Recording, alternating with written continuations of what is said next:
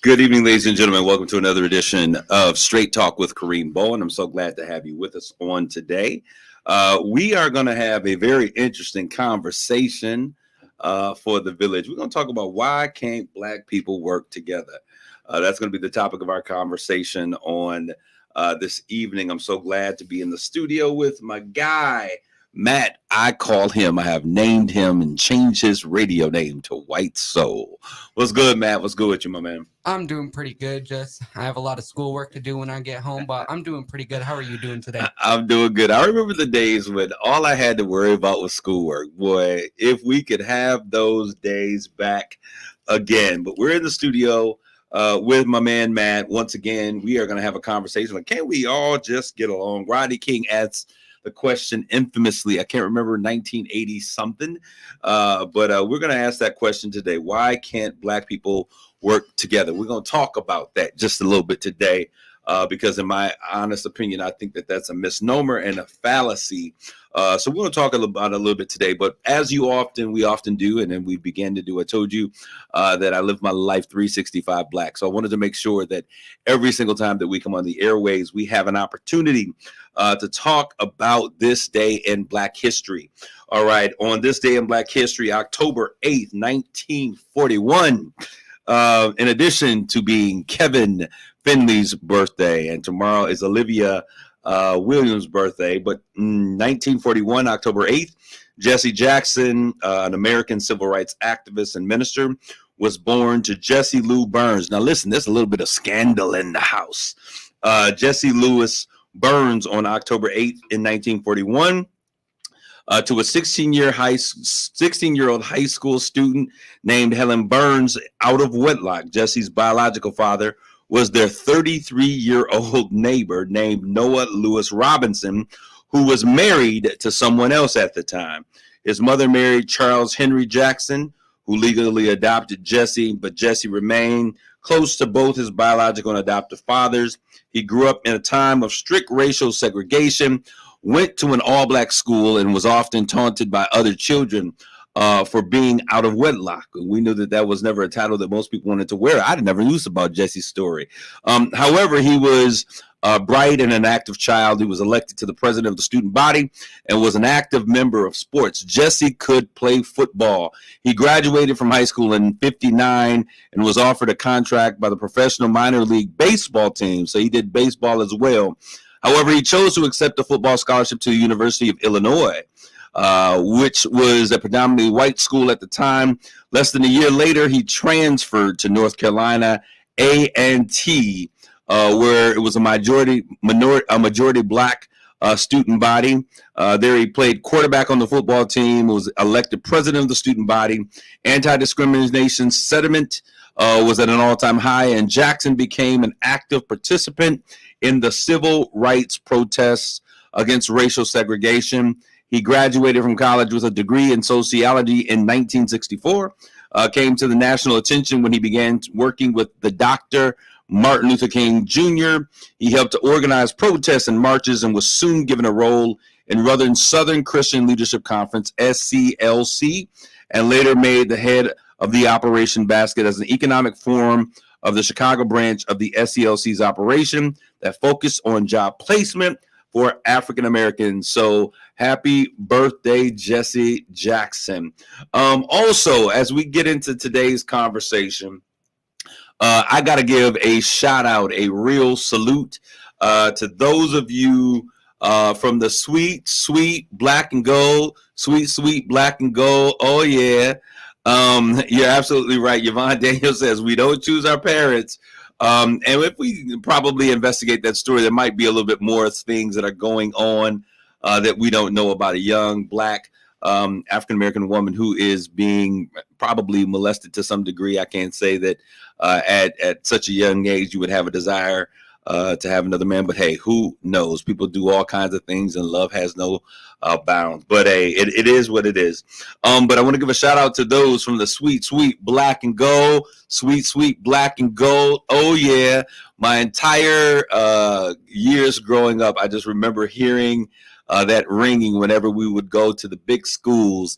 A young man, I went to Carlton High School, but whenever we go across the bridge, and we would go to Saginaw High, playing whatever school. This is back in the day when they had so many students that they used to have their big games at the Dow Event Center, which was called the Civic Center at the time. And it would be packed out at the Civic Center, watching some of the greatest basketball that we've ever seen in our lives. So many great athletes, so much great talent. You look at Draymond Green, and Lamar Woodley are probably more neo-classics. They're more recent individuals, but so much talent. The late, great Charles Rogers. I saw some tributes go out to him. We certainly want to remember him among the greats. But there's so many other individuals, Terry Daniels, so many names that are part of the great culture and the history of not just Saginaw High School, but of the city of Saginaw that put our city on the map. And so we want to give a shout out to whoever it was. I've heard a number of names, Kim Hamilton, other individuals that were responsible for putting together the Saginaw High School all school tailgate party. It was one for the books. I did not attend because I was in Carlton. I told somebody I was coming. They was like, yeah, we're going to point you. I'd be like, get back across the river. But anyways, those are my people. It was absolutely amazing to see so many people. Tony Smith, class of 74. There you go. You all know them. And we want to give tribute to all of those great Saginaw High athletes, those great individuals. I remember Wazidi Rundin, those not only the athletes, but also the musicians that came out of Saginaw High School. And the reason why so many people like Saginaw High School, Arthur Hill, no, there is no real comparison when you talk about the history of a school. And I say this as somebody who understands some of the history and some of the greatness that came out of Arthur Hill. Shout out to Jay Rich and Cliff, Ryan, and the other greats that are out there. But there is a difference because when we thought about black schools in the city of Saginaw, we always would refer to Saginaw High School, one of the first schools that would start in the city of Saginaw, which was not always the black school. As a matter of fact, when my Aunt Patricia was going back, I'm not sure if she's class of what, but she is one of those early classes from the school when they were growing up. It was predominantly a white school, but as General Motors began to bring other black folks from the South with the hopes and the dreams of economic freedom and empowerment, and we began to build and buy houses and live in communities. When you look at the entire community that surrounds Saginaw High School right now, many people may see communities of blight, but those are blue-collar General Motors workers. And to not understand that or to look down upon those communities means that you really don't understand the story. Many of those people worked in General Motors, were making great money, building houses, living in the community, paying to tax dollars and tax bases, making Saginaw, putting Saginaw on the map. Back in the day, Saginaw was the place to be. Sharice Steele Phillips went to Arthur Hill High School, but grew up with Saginaw High School. Great Saginaw High educators also. Absolutely. Those coaches from the past that were so important to the fiber. Coach T is the first one that comes to mind, but there's so many of them that have impacted all of our lives. I don't care if you went to Saginaw High or not.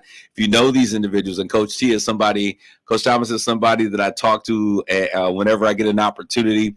I love running into him. If you want to go salute him, he's always that bringer in the morning, eating with his crew. But he listens to the show. And so, Coach T, I just thank you for being the man of character and integrity that you have always been you. And now we have these younger guys that just Coach Julian Taylor and so many other individuals who are part of the legacy of the great, great black and gold. And we have to give, the reason it's so important is because now the school is shutting down. There will be no more Arthur Hill or Saginaw High. They will now be the Saginaw Phoenix under Saginaw United. But when we think about the championships, when we think about the legacy, when we think about the rivalry, hey, how you doing, everyone that's out there? We will remember Saginaw High School, the talent, Cherie Williams, so many people, so many things, people, places. So shout out to you all, the late Emma Crosby and Sharon Floyd. Absolutely, late Emma Crosby. We give our hearts and prayers. She was laid to rest over the course of this past weekend. So we give a shout out to her as well. That's right. If you put your Saginaw High your memories, or those individuals like Kevin Jordan put in, Tony Smith, in class of 74, we want to definitely give them a shout out. Don Bivens says the High was on fire. Amen. Much love, much power.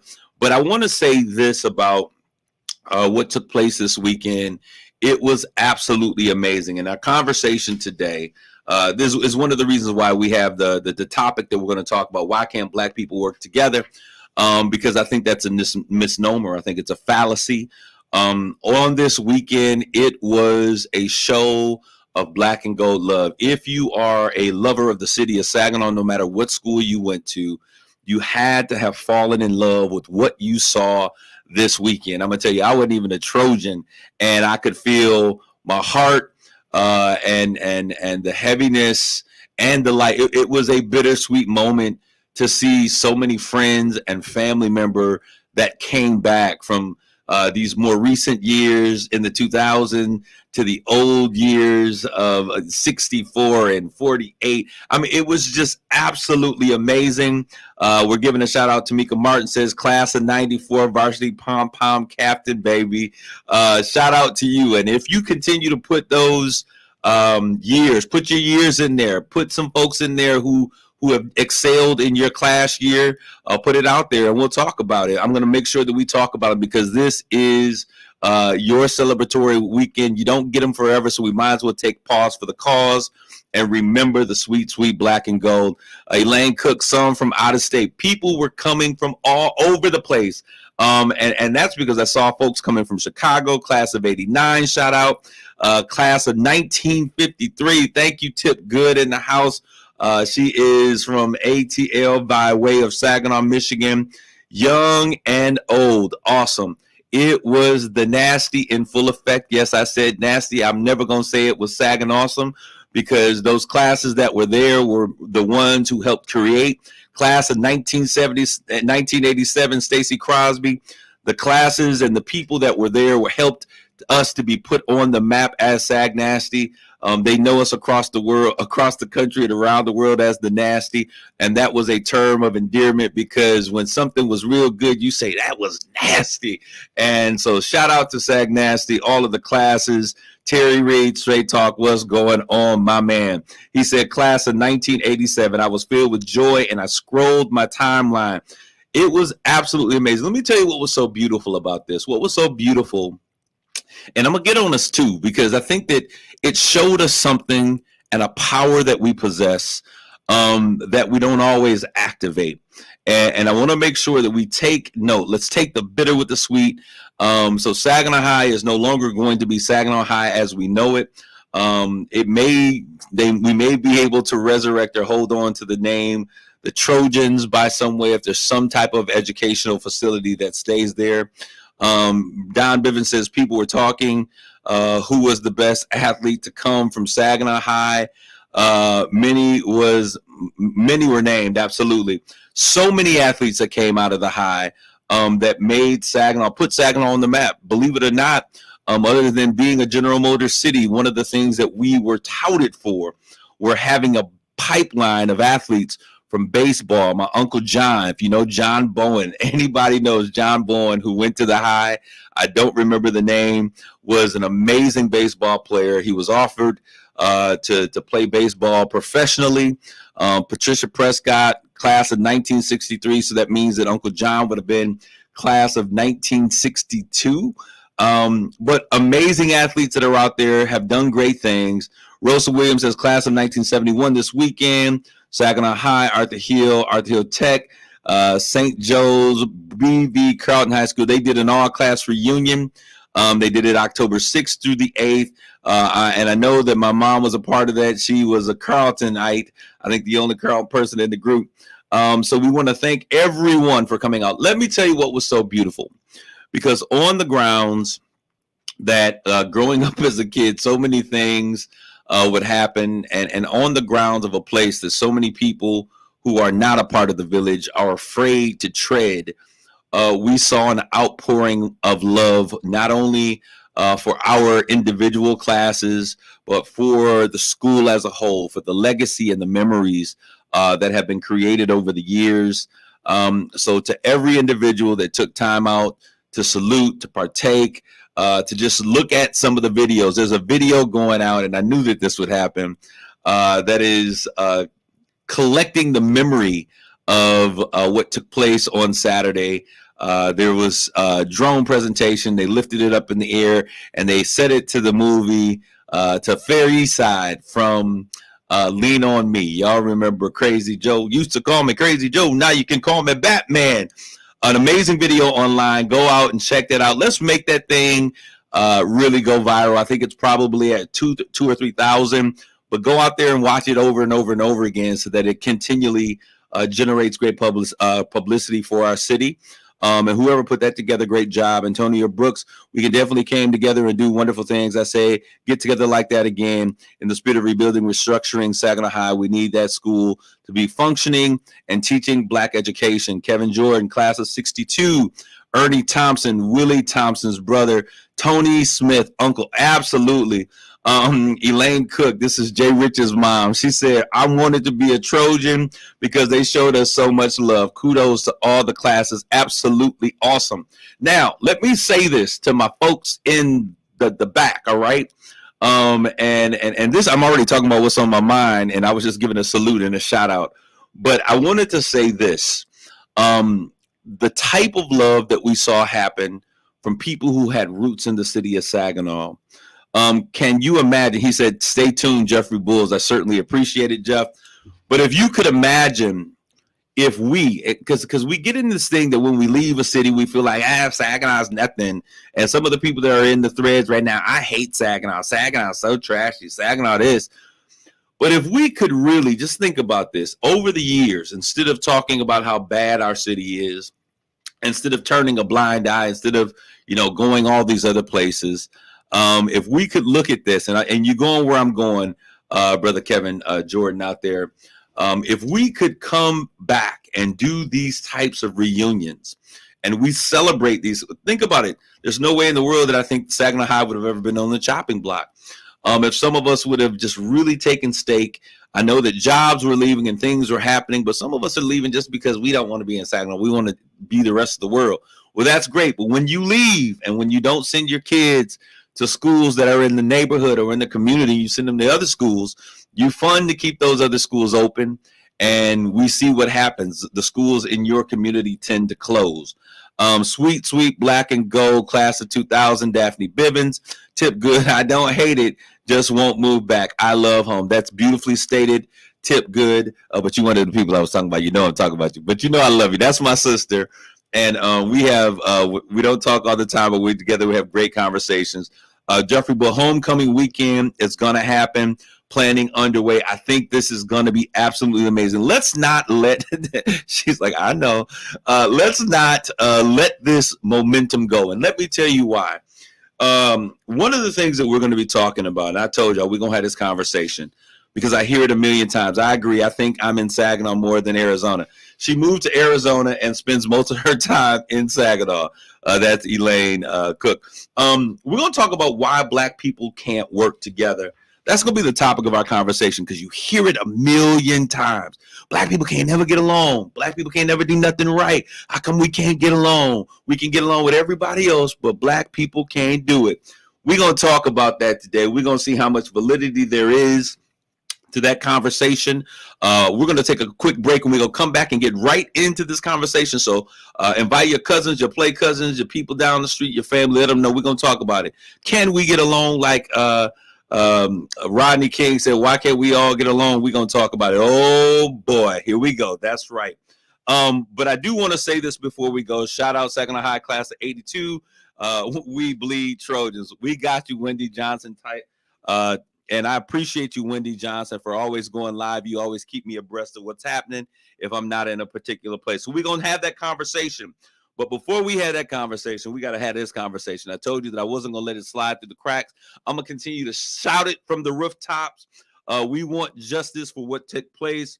We know that Brett Favre out there, he tried to separate himself from the lawsuit that's going on where they stole all of that money in Mississippi that was slated for those individuals who were part of the Department of Human Services for poor folks.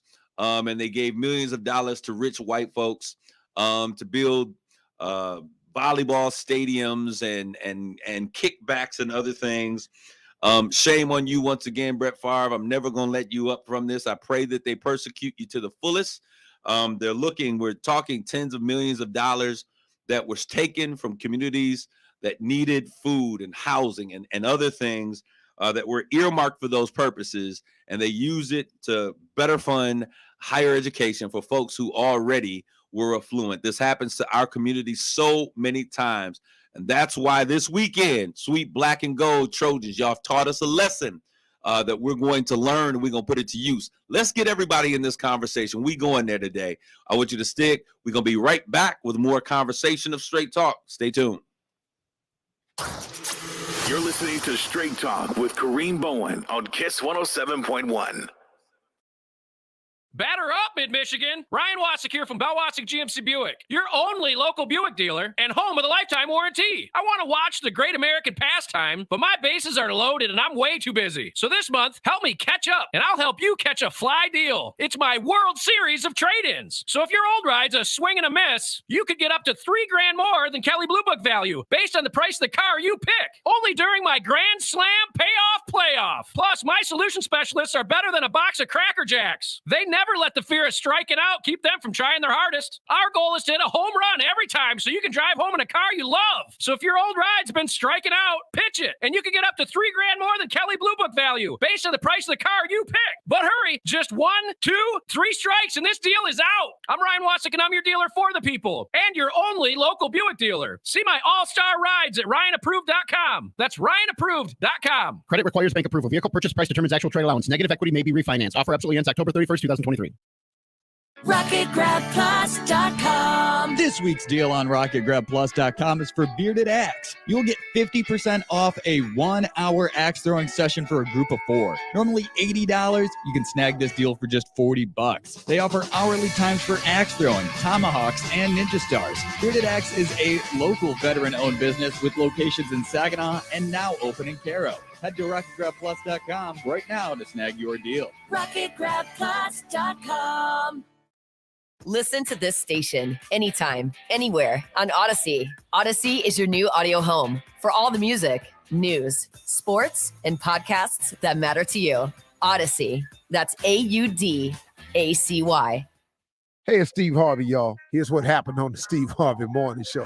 I love candy that's corn, your but in problem. Chicago, we mixed it with peanuts. If you and your family did something ignorant, don't put it on the whole city of Chicago. Because there's people in Chicago going, That's what we never did. put no damn peanuts in no damn corn Yes, candy. we did. That's how they Shirley, sold no, it. they You didn't grow up in didn't. Chicago. Shirley, I did. I didn't do that, Shirley. ain't nobody That's did what that we but your did. little country ass family. Don't get mad because you don't know about it. Kiss 107.1, simply the best R&B. It's Straight Talk with Kareem Bowen on KISS 107.1. This is Kareem. We're back with more of Straight Talk. I see out there, Jeffrey Bulls, you said words manifest reality. We must speak life. Let me hear it, my brother. Say it again for the people in back can hear you. They have always stole from us, thank God, for cell phones and cybersecurity. I promise you, if there weren't video and folks having certain ways to be able to catch certain things, we would never hear about some of the things that happen. I am not a I'm not even sure what that word is, but I attended this weekend a trivandrum. I'm not sure what that word is. Geraldine Bowen Walker, that happens to be my lovely mother. But she attended this weekend all school class of 71, sponsored by somebody. Once again, Antonio Brooks, we're going to get in our conversation. We can definitely work together if everyone that claims to be on the same accord would put away their egos, put them up, pack them up, put them away, and do the work that needs to be done. That's what we talking about here today. Today, we're going to talk about why can't y'all black people get together? Why can't y'all work together? Why can't you get along? All right. Over the course of the last, forever, since the beginning of time, but recently I overheard so many people talk about how black people have a problem, regrettably, of getting along and being able to work things out. That black people don't work well together, and that we're too divided, that we're so divided. But I believe that that's a myth and a lie that needs to really be dressed and cleared up on today. And we're going to try to get that because I don't believe that it's absolutely true. A couple years ago, an organization called Links, and you guys are familiar with it. It's an all-black nonprofit, raised over $50,000 for scholarships for black students. We've seen so many other instances where black people have been able to come together and really prove that negative stereotype to be a fallacy and not true. Negative Nancy's say that, not those who dig in and do the work. Hey, I'm with you, my brother. So when we look at this and I look at our community, let's look at Saginaw, what's taking place. Saginaw, stand up. I mean, I'm telling you, I get geeked and get chills when I think about what is taking place and how we're changing the narrative. And you would have to be blinder than Ray Charles and Stevie Wonder to not be able to see that there is a changing and a turning of what's taking place in our community. Terry said it only happens when money is involved, but I'm not sure what you mean by that. So I'm going to ask you to clarify that. But what I would like to say is that when we look at what we've been able to do over the course of this year, 2023, that's the number of Michael Jordan, y'all. That's the number of excellence. This year, we saw some great things happen, starting out with Juneteenth, the Juneteenth celebrations that we saw take place. Black folks came out. The biggest Juneteenth was only the second, but so many people were involved in the Juneteenth parade. Now we understand that there is a Juneteenth celebration. It's a celebration of all people, black folks' freedom from the oppressive roots of slavery that took place. And we celebrated this year like none other. I give Annie Carson a shout out to you, my sister. Renee Morris, who is the creator, the founder, and the voice that is the reason why we were doing this, helped me to jump on board and get involved. To my girl out there who's making it happen, Shanteria Smith, Coop, we call her. She's doing her thing. So many great things were happening with Juneteenth. We celebrated. We had a stage. We danced. The Deltas, and I need these other sororities, these AKAs and everybody else to show up. Because right now, the Deltas are really doing their thing. I need our brothers, our frats to come on. Because I'm going to tell y'all, the Crimson and Cream they're doing their thing like nobody else is doing it. And I know that they are not the only fraternal order or organization that exists in this community. So some other y'all's got to show up. The Deltas have done their thing. And they showed up and fire both at Juneteenth and also for the next event, the African Cultural Festival, Saginaw African Cultural Festival. You know I got you, Yvonne, but I thank you for certainly throwing it in there. It was the most attended this year. Absolutely awesome. To that entire panel, Yvonne and everyone else who is continually looking at ways to get our community involved. This year we had youth involved. There was just so much love and energy in the air. That it has been absolutely, somebody says it was off the meter. Somebody talking about it was off the meter. The other thing that we've seen, the CAP, absolutely. The Mission in the City block party with CAP. I mean, you got 1,000 people coming out to just enjoy each other. Good old basketball, food, and vendors. We have seen our community come together in ways that we have not for decades. I mean, since like we were kids jumping through water hoses. As I think about it, the Summertime song by Will Smith, you know, when it talks about what it was like to grow up as a young person in a Black community, we haven't seen that in so many years. But in 2023, we saw all of this stuff kind of shape up and make its way together collectively. There's been a couple of things here and there, but this year, the Juneteenth, the African Cultural Festival, the Cab Mission in the City. Then we talk about the Unity and the Community Kickball Tournament with all of those people. I can't think of the names of the letters of the group, but I know Chucky Lawrence is kind of the what do you say, the kickball producer or head. I can't remember what it was that his hat was saying, but people coming out for that and having fun and just changing the narrative. I tell you, there's a number of ways. We've been talking about violence prevention.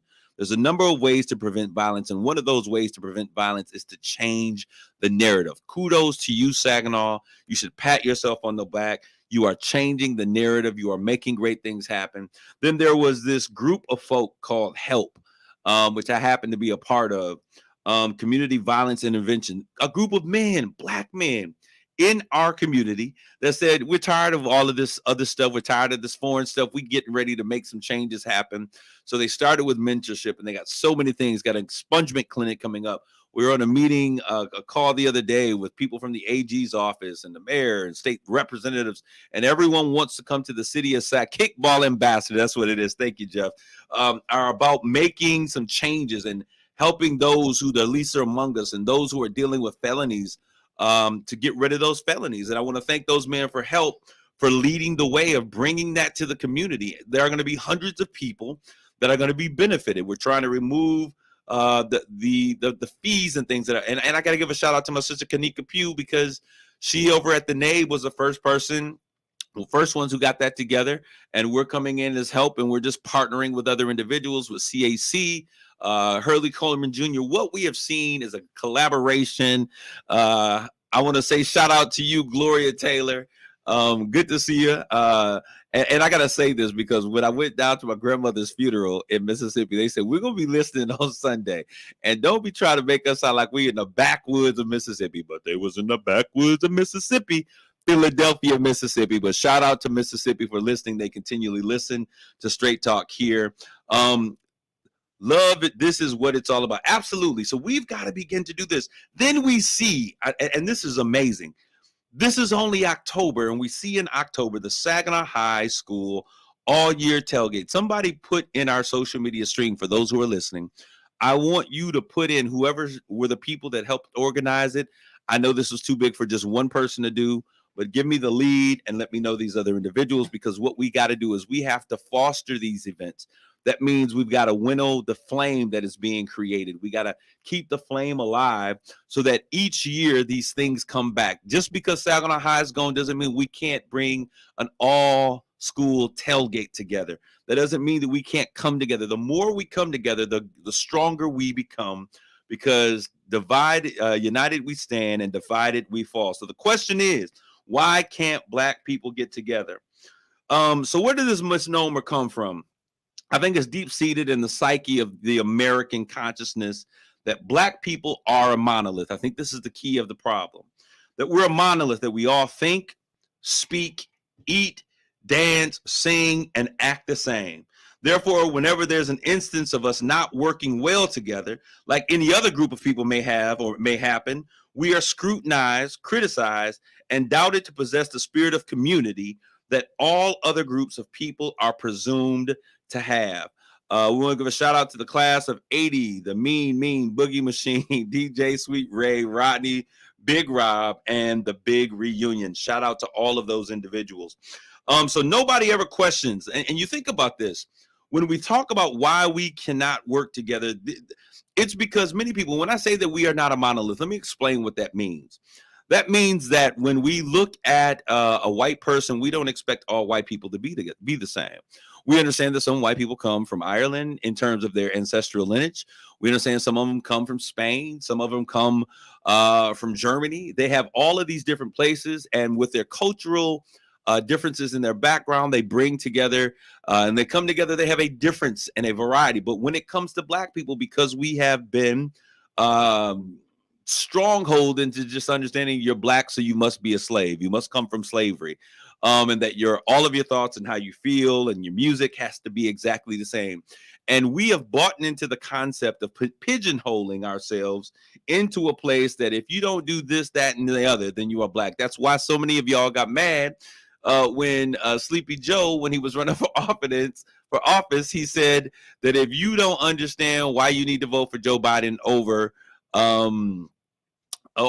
Donald Trump, then you're just not black enough, or something of the sort of what he said. But nobody ever questions why the founder of Peter and the NRA don't work together so well.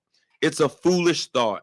It's just as foolish to assume that Candace Owens and Ioma Oloa should be able to work together. Bottom line is that black people are not afforded the privilege of our individuality in the same manner that white people are. And let me explain exactly what I mean by this.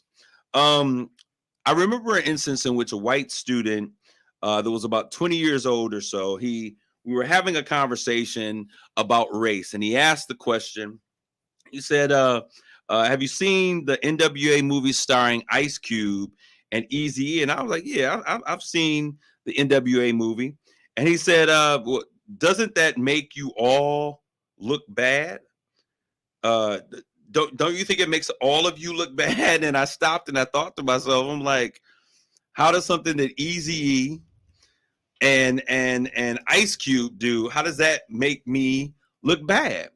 I didn't flinch. I didn't wince. I didn't bat an eye at the question, because this is a question that I've heard a million times before, because they're black and I'm black. When someone black does something, it makes me look bad. And we've taken on that same crazy understanding and thought process.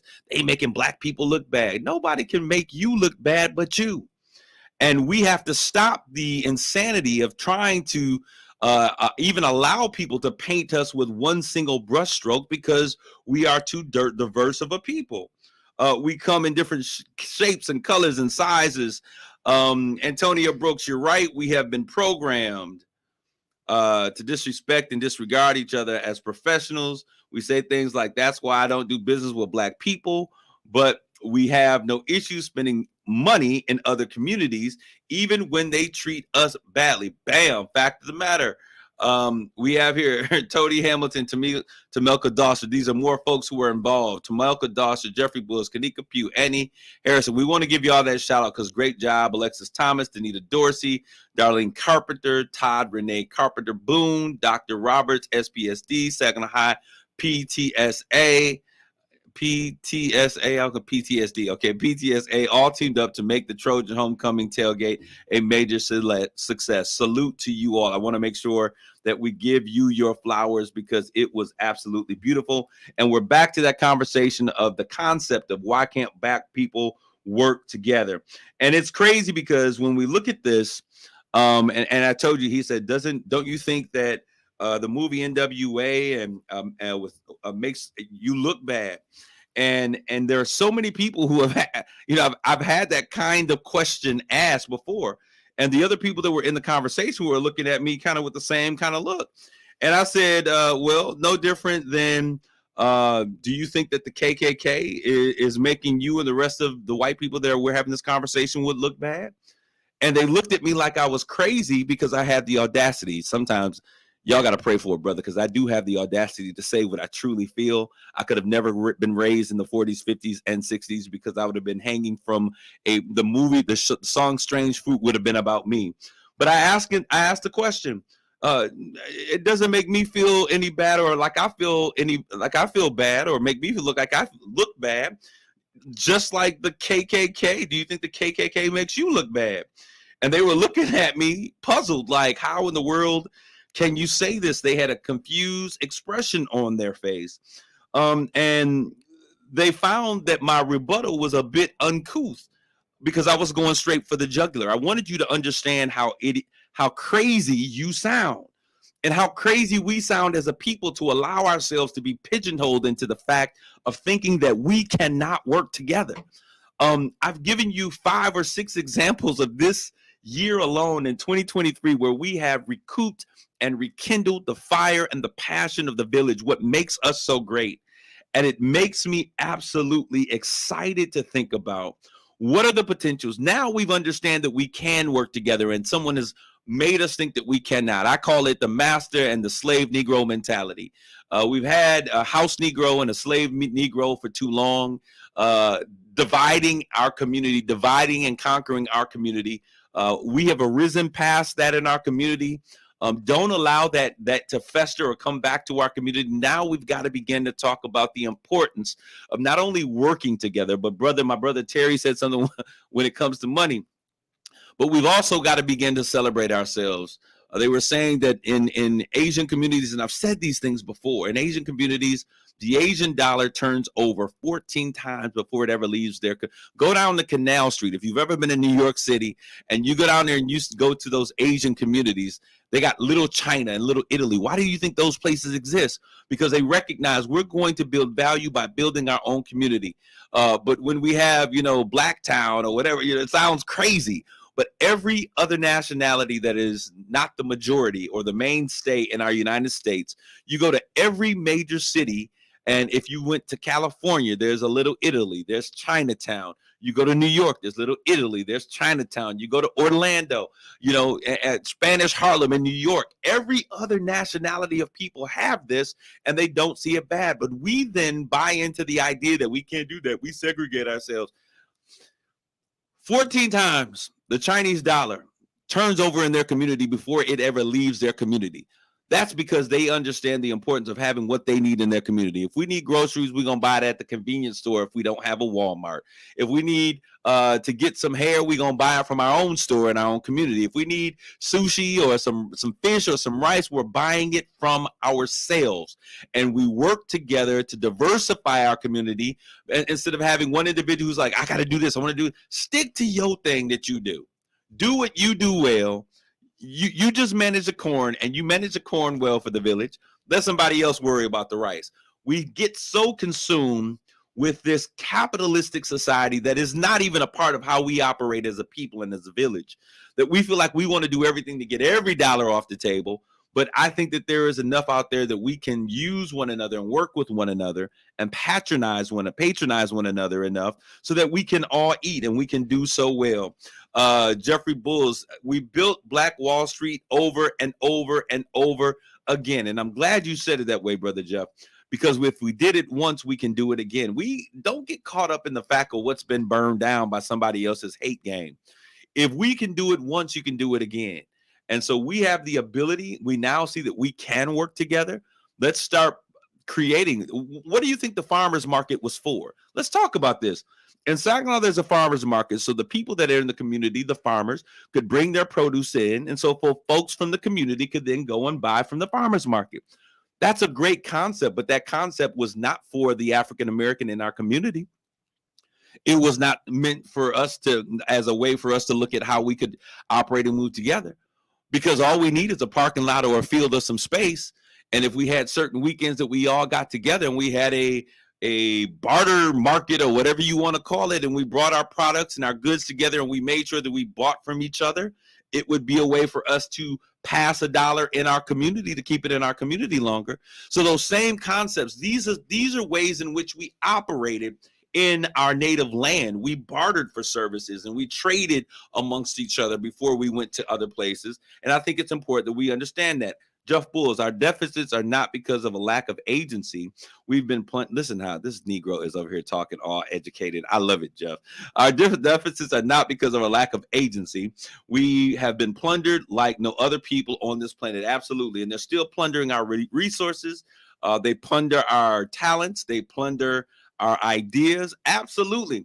But guess what? Anytime someone takes anything away from you, think about it. If you had it in the first place, you can always come up with a greater idea. The thing that has kept the Black man in business, y'all hear me real good. The thing that has always kept us in business, the things that have always made us the most relevant in this land, the thing that has continually allowed us to rise to the top.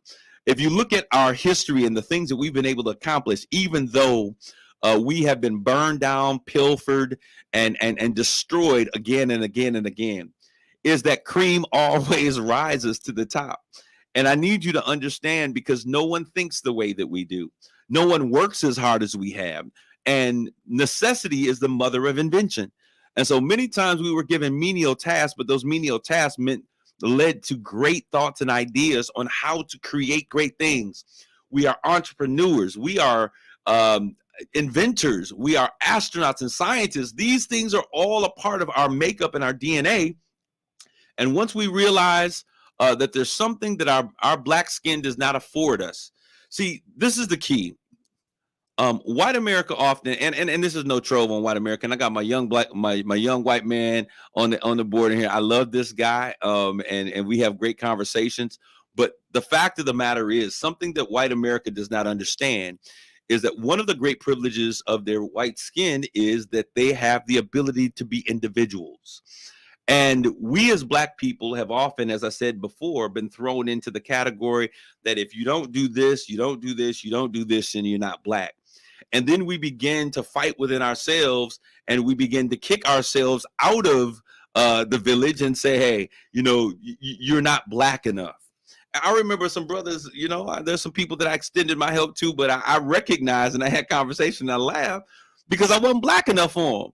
And the funny thing to me is, like, if I have a shared understanding of what it takes to move people who look like us, who have had our shared experiences, and my desire is to make sure that our lives are better, I don't care where you come from. You could have been hanging out with Uncle Tom Fins. Yep, I grew up in the country at Carlton, but my heart is for my community. And we've got to get out of this nonsense that you're not black enough. What does that mean? Because the reality of it is we should not have to be cornered or pigeonholed into a conversation that if you don't have a shared set of experiences and that you're not exactly this, you're not this, that you are not a black person. And I think that that's crazy. And we've got to stop doing it, because it's another way in which we divide ourselves instead of finding a common ground in which we can unite under a common banner.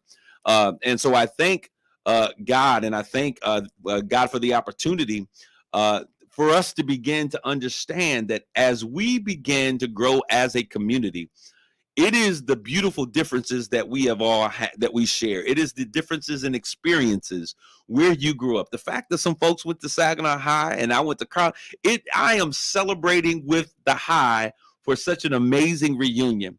Because as a matter of fact, I have more in common with those individuals than I do for folks who come from my community.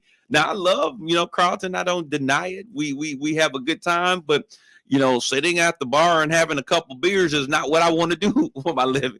But to get together and have a family reunion, I saw folks hustling. That is what makes us connected. What makes us connected and what makes us one and what makes us a community is a shared group of ideas, a shared group of principles, a common goal and a common understanding that we deserve to be the best that we possibly can. And we have to get out of this understanding that there are certain characteristics that make you black enough. Brother Terry, I don't think we share enough info with one another. Man, that's a whole nother show. But we'll take it on that premise. You're absolutely right. One of the reasons why we have this show, and I'm so glad so many of you are in here today, because I need y'all to understand that when we started Straight Talk, this is not my show. I need y'all to understand this. Community, please understand. This is not my show. This is our show. This is the Village's show. This is the platform by which we come together, in which we share information, we share ideas, we challenge perspectives that are not consistent with who we understand we are as a people, and we define in our own words, with our own words, in our own terminology, who we are. So what does this mean? That this show is dedicated to you all, those listeners that are out there. When people call, they say, hey, I need to get on your show. What do you want to talk about? Because I don't want to sit here and talk about events, but I want to talk about something that's going to empower our community. We're going to be talking pretty cool. Miss Pam Hallman, she's going to be talking about assistance in final days on this earth. This is what this is about. And Jeff, you're absolutely right. The momentum is real. We have to keep building. And I think that you all need to understand something. Thank you, Wendy Jones. She says, thank you for all you do, Pastor. I am just a voice of one crying in the wilderness. the strength of this platform comes from those of you who are continually doing great work, who are continually reaching out. I share I share this platform with you. This is your place, and I am just the storyteller that has been selected for this season. And I don't know how long this season lasts for my life, but as long as I am here, and I have by you all, because you all make this the #1 show in our target market. And as you share your stories and you connect with me and say, this is what's important, this is a value, I am just the storyteller that helps us to communicate to the village what is necessary. And I often shared this before. Someone said, it takes a village to raise a child. The African proverb says that. And I asked the question, but what do you do when the village is on fire? And so Saginaw, we have been in a place where our village has been in disrepair. The walls have been burned down. And now we are coming back and we are seeing like a phoenix rising. I hated that name, but the more I think about it, we are rising from ashes and despair. We are rising from our low existence, our low vibration, if some of you may say. We are rising out of the dark past that we have shared. I'm almost thinking like we're making another Black national anthem, but Saginaw is rising. Understand that. So now let's begin to come together. Now that we know that we can work together, let's find a common place to put together this urban agenda. We've been talking about it for so long. Someone needs to CAC, open your doors, bring the people in. Let's talk about what's important for us economically, health-wise. Let's talk about what's important for us to have in our community. And let's begin to work together, because we are the change that we need to see for our tomorrow. I want to thank you guys for tuning in today. My wife is a Cavalier too. You're good. I know that's right. You all take care of yourselves and each other. I love you all. God bless you. Grace and peace. You've been listening to Straight Talk with Kareem Bowen on KISS 107.1. The views and opinions expressed on Straight Talk with Kareem Bowen by the host, its guest, or call